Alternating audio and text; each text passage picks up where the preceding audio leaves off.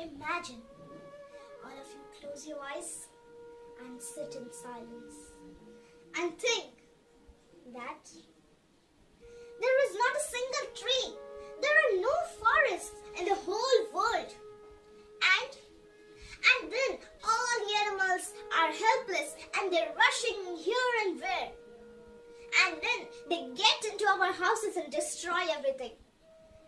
Oh, what a great loss! Such a great loss it is. And as there are no trees, there is the lack of oxygen, for which many people are dying. And because there are no trees, there is no transpiration, and the humidity level in the atmosphere is very low, for which the rain is not occurring.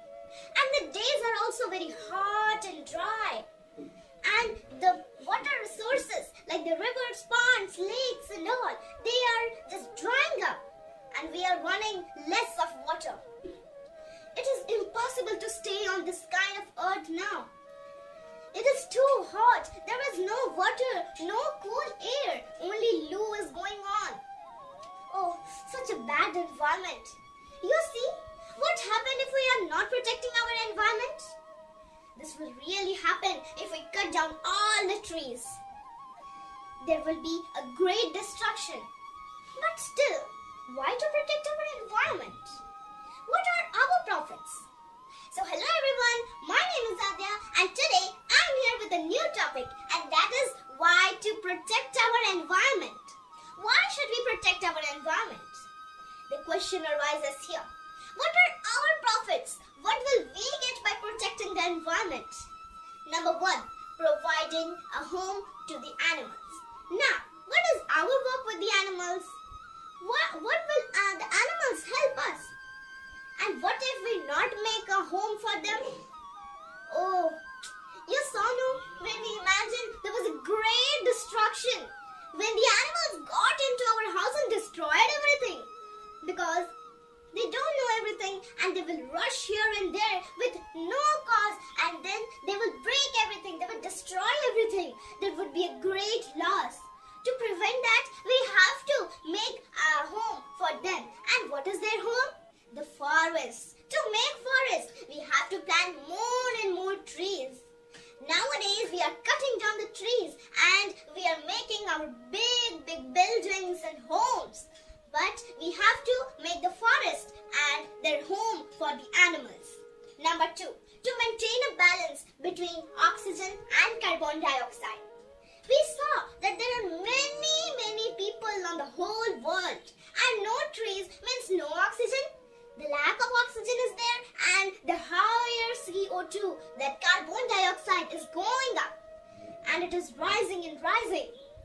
As it is in a high level, so we are having suffocation and we cannot live anymore because oxygen is needed for our body. So as there is a lack of oxygen, we are dying. For that, we have to make more and more oxygen, and we can do it only by planting more and more trees and not cutting them. The third thing is we have to prevent from our earth from the global warming. The global warming is the most popular thing. That is, the earth will just melt. By what? By the heat. But how heat comes in the earth? In our atmosphere, there is a layer of carbon dioxide which traps the sunlight in the daytime and keeps our earth warm at the night, for which we do not feel so cold at the night. We feel just a warm and a good temperature. So much carbon dioxide will be there, then it will be more and more heat which will lead to the global warming.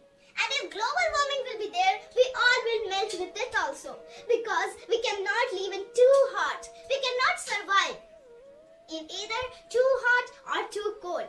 So we have to maintain the balance of both oxygen and carbon dioxide. And then what we have to is planting more and more trees rather than cutting them. So we have to balance everything and go on so that we would have a good life and we can protect our environment. So thank you.